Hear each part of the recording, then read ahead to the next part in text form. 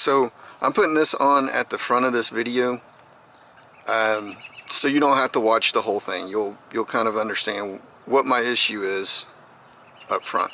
Okay, so my issue is brand new hydraulic pump. I'm not getting any pressure out of the high side line. It's just spitting and sputtering. So as you can see here, this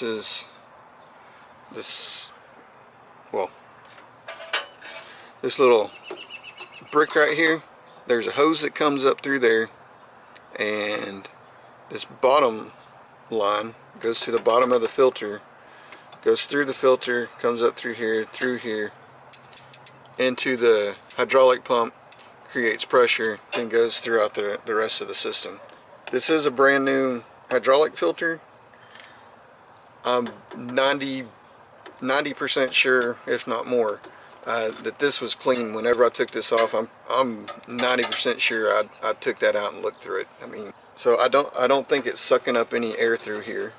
I know that this filter is sealing well, because whenever there is pressure, there's no leaks anywhere. The oil that's down there is from me trying to bleed off the system. So typically there's no oil down in through here. This top one is just a return line from the control valve. So any help y'all can throw my way, I'd appreciate it. Alright, let's get to what my original beginning of the video was. Thanks in advance, by the way. Oh, and just to add on real quick, whenever I bought this, the guy said that it just needed a hydraulic pump. So I'm kind of thinking, since it's just kind of spitting and sputtering, sucking up air somewhere, I'm wondering if that's why the original pump went out.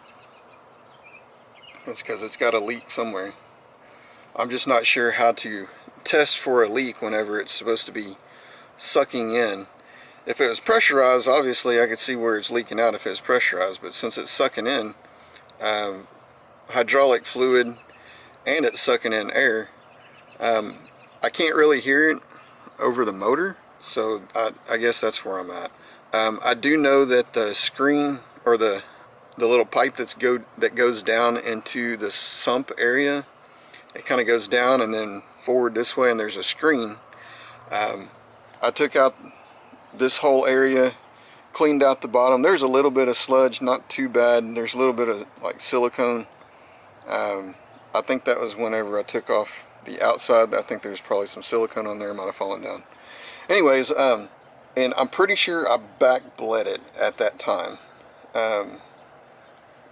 Like I said, I'm 100% sure I back bled it through there, basically with just air. I'm just lost. Alright, this should be part 3, and hopefully the final, I'm hoping nothing else goes wrong. I got a few new hose lines, fuel lines. These are I think it's what is this? Yeah, this is 1/4 inch ID, this is 1/4 inch ID, and then this is 1/8 inch ID. I got the little fuel bulb, got a little arrow on it, so that lets me know it needs to go up from the fuel tank to the carburetor or to the fuel pump. And the good thing is, whenever you're pumping this, all the fuel that comes up there should stay up there. It's got a little valve that's inside of it, so it should prevent it from draining back. So if I turn it off, it should keep most of the fuel in there for the most part.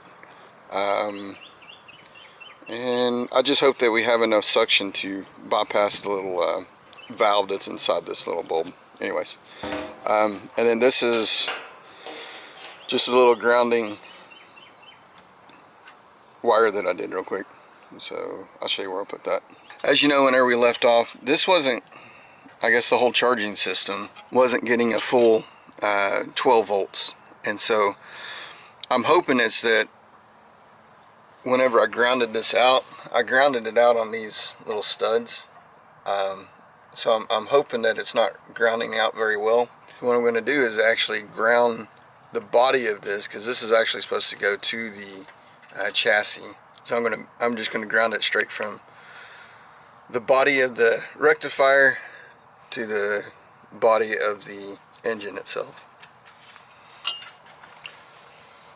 I mean, I could probably take this off and just mount it there. It'd be fine out of the way. But then I would have done all this work for no reason. And I still needed this for the fuel pump. So let me change out all these fuel hoses and I'll get back to you. Alright, so I hadn't been filming as much as I wanted to, but I got all of this stuff hooked up. So as you can see, it comes out of there to the primer bulb. So this kind of just tucks in there, but I can squeeze and pump. Goes through the filter there, up through the pump, down to the carb, good to go. Throttle cable, so I did that, or a throttle rod. Just drilled a hole in it, bent it up 90 degrees. I had to do a little bend here. Then I had to adjust this little thing here. But with the adjustability of this and with the adjusting of this, I got it all good. This ground didn't seem to help. So whenever I was putting this together, it didn't feel 100% right. So I'm just going to hook these together and see if that fixes that low voltage. 7 volts or whatever it was. I did get it up to like 10, so that's kind of good, I guess. I'm going to take off this, which is supposed to go to the battery, and I might take this one off. I'm not sure yet. But anyways, we're going to run both of these cables up along this on the back side. Kind of come down there, around through here. Alright, so we're on the back of the engine, so it'll come kind of up along this, kind of follow this down, down through here, and then I got a battery. So that one battery that's I was looking at using that would fit, it's like $150, $155, and then tax. So I got this little lawnmower battery. 350 cold cranking amps, 12 volts. See that there? It won't fit here, but it will fit over here. So I'm going to put it here. I'm going to use probably a bungee cord, strap it around. I already got little hooks, so it'll be good. But I'll run the cables up along through here to over here. So I can still open the door. So, okie doke. Let me finish doing this, and I'll get back with you. Alrighty, got both of those extended. This is a 10 gauge wire on both of these. It should be okay. I guess we'll find out. Anyways, extended them out. They'll be long enough to travel along the back of this and then to here. So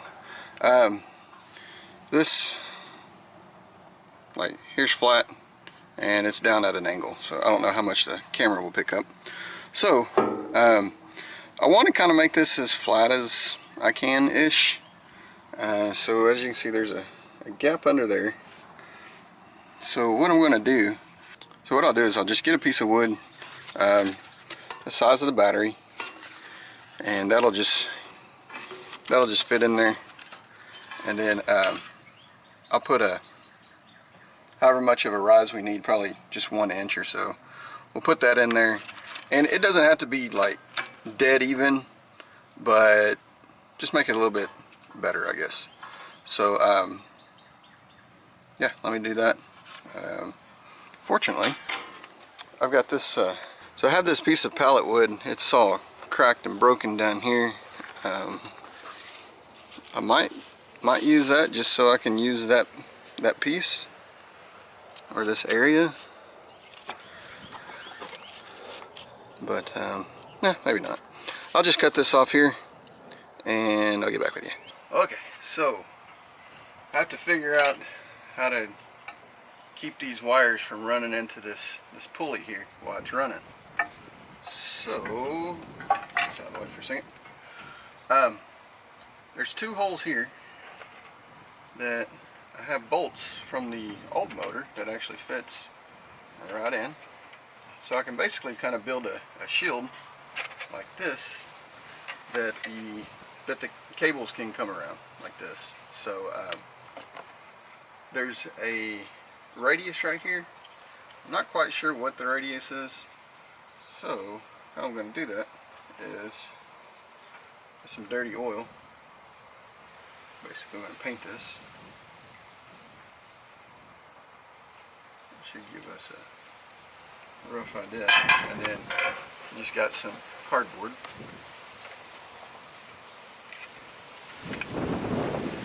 Flat. So that kind of gives us a radius that we can cut. Alright, so that shouldn't be perfect. Well, we had those little ears. But anyway, so that kind of gives us the radius that we need. You can see better there. And then what we need to do is we need to find out where those are. So we're going to do basically the same thing.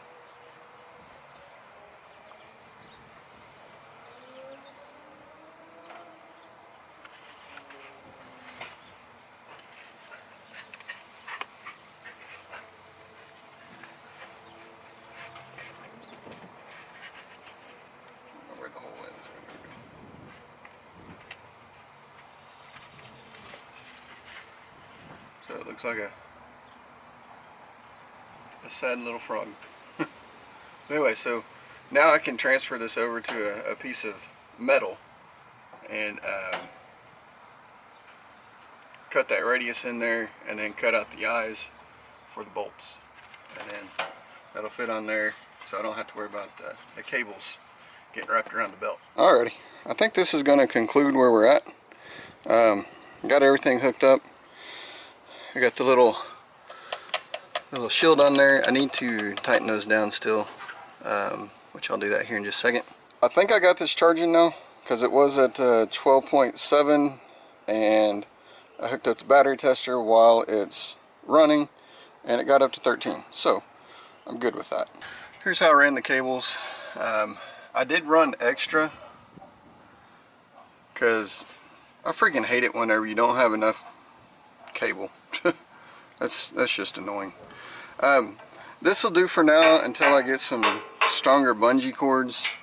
I want to get that like that solid rubber. I think that'd be better. But for now, this will do. I'm pretty okay with this. I did have to kind of melt that. I don't know if it's showing. Kind of melt that and push it backwards because it was hitting on the negative terminal right there. I guess let me close this back in.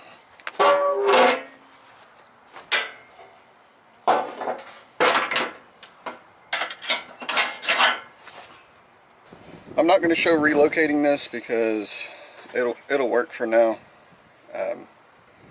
It's going to be a pain in the butt if I kill it while I'm inside because I got to get out and do it. That's just how it is. Like I said, I don't know if I'm going to put it because I don't really need this this choke rod or this choke rod anymore. So I think if I move it, I might just put it to right here. No big deal. I guess let's close this and I'm going to drive it to the front because it needs air in some of these tires, I think. So, and it'll give me an excuse to drive it around. So give me a second.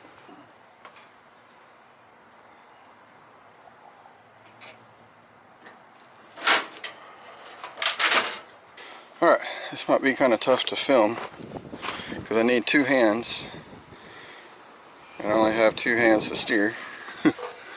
So let's see if we can.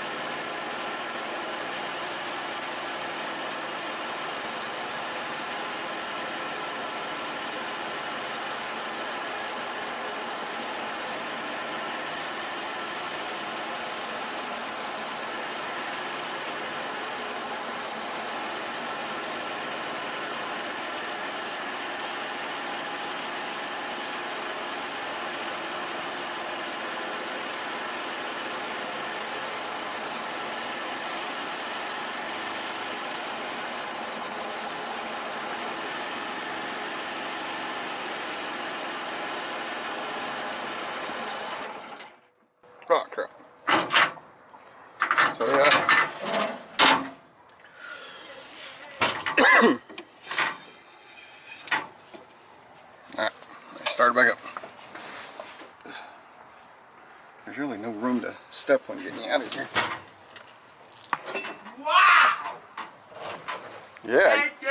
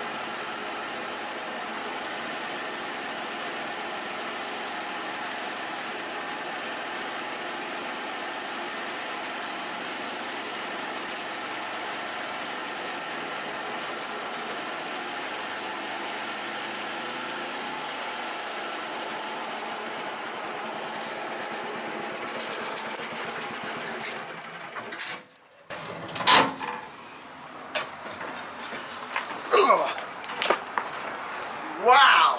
Yeah. Finally, huh? You! Yeah. Put a new Wow! yeah, we got a new motor put in it.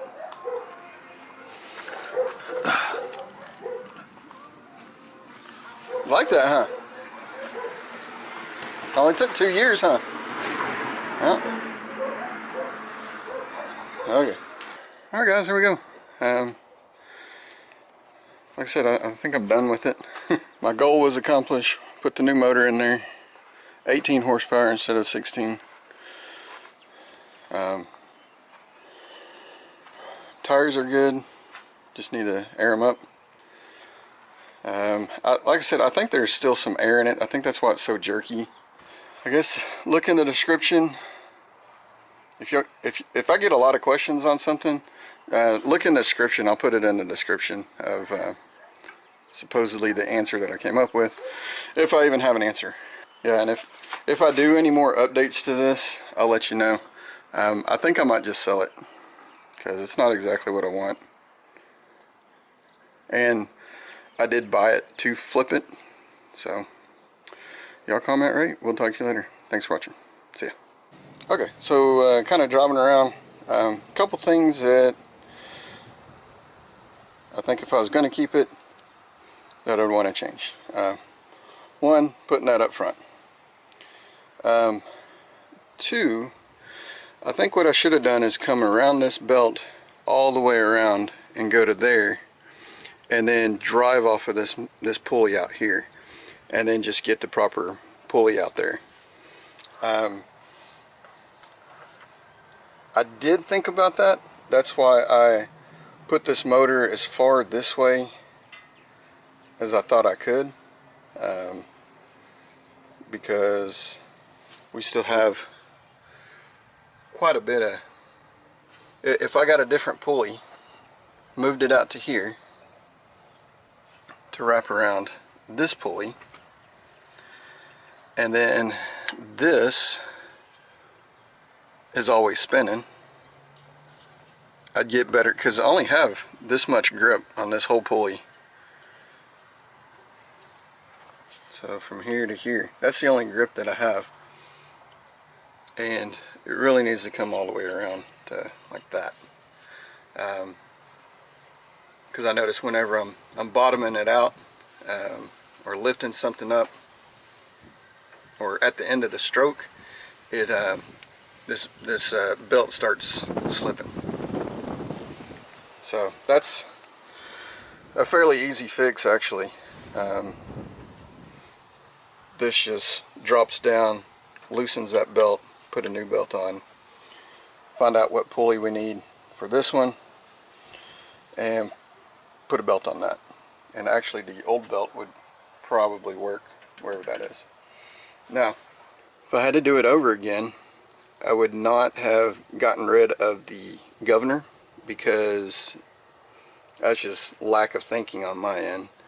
Because whenever you're pushing into a pile or whatever, you want it to automatically raise the engine RPMs for you instead of you kind of doing it manually.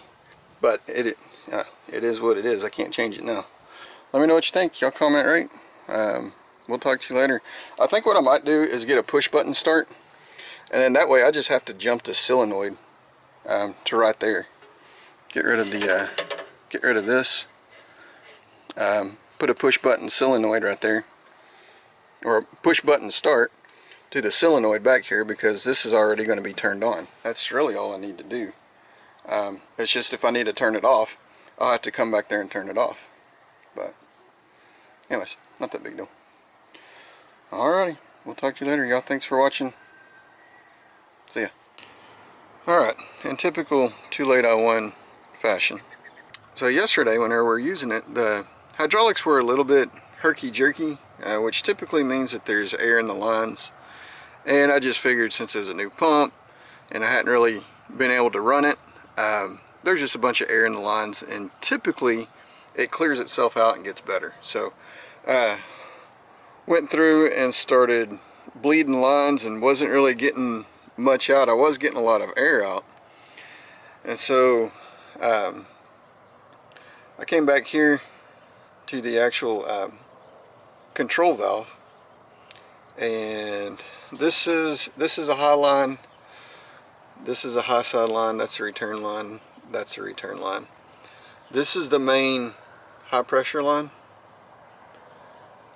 and so I cracked it here, and I was getting a whole bunch of air.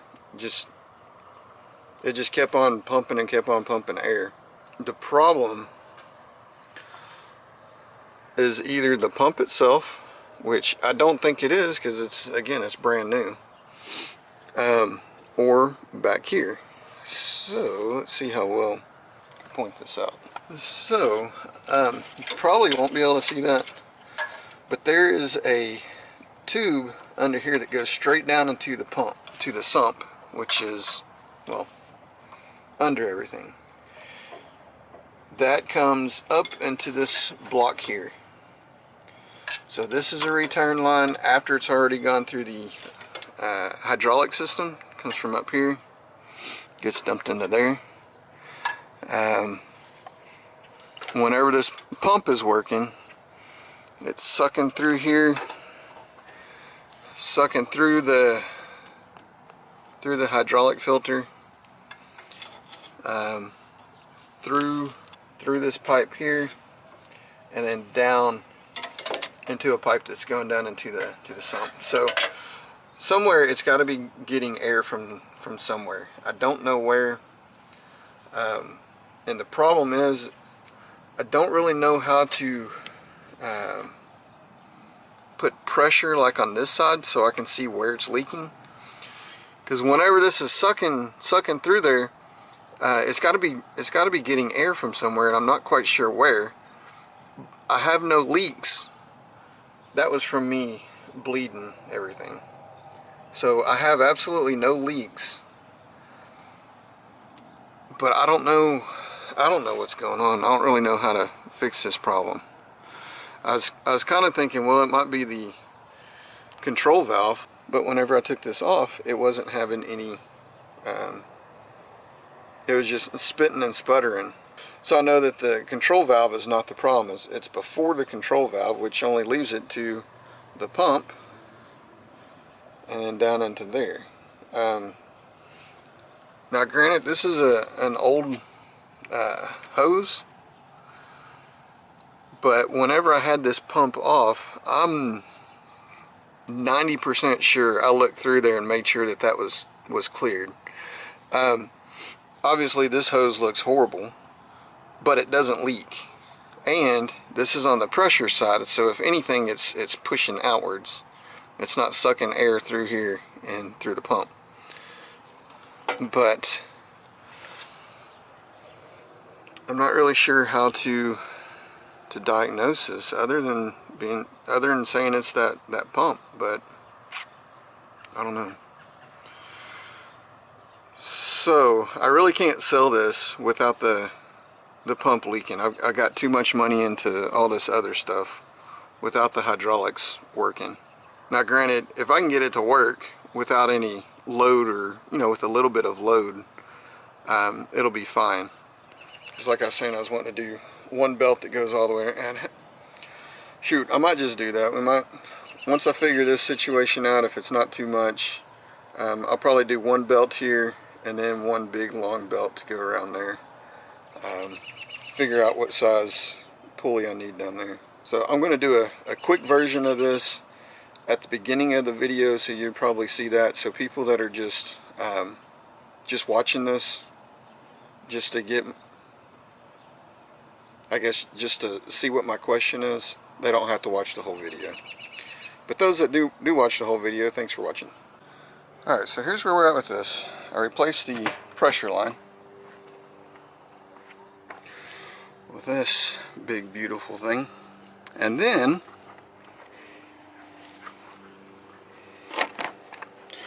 so this is the suction line, and you can see it's reinforced.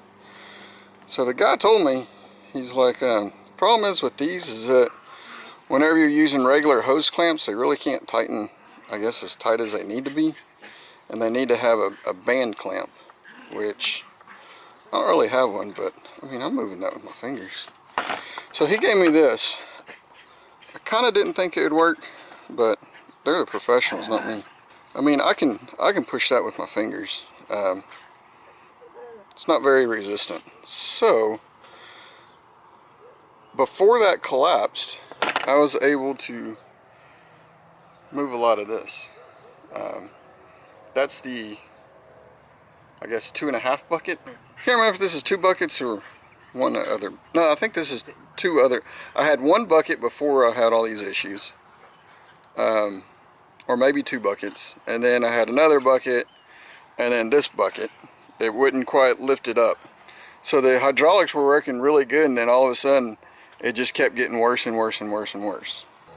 So what I wound up doing was took off the filter housing, and this bottom line was a little bit loose. It wasn't really bad loose, but it was a little bit loose. So maybe it was drawing air in from there, and then maybe it was drawing air from this. At least that's what I'm hoping. I'll see if I can show a picture of, with this running, it was collapsed all the way in on itself.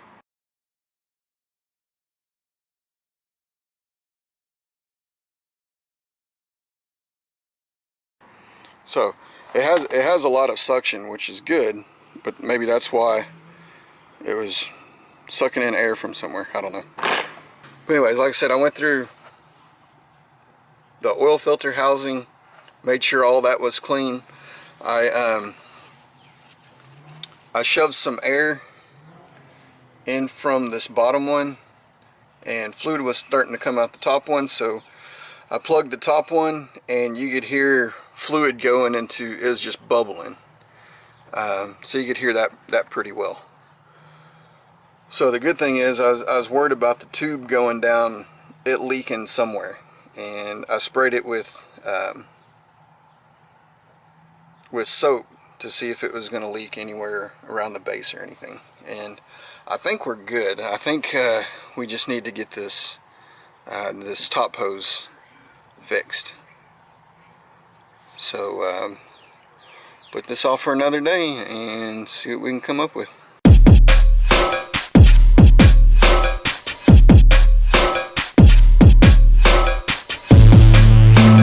If I had to do it over again, I would not have if I had to do it over again, I would not have good Lord.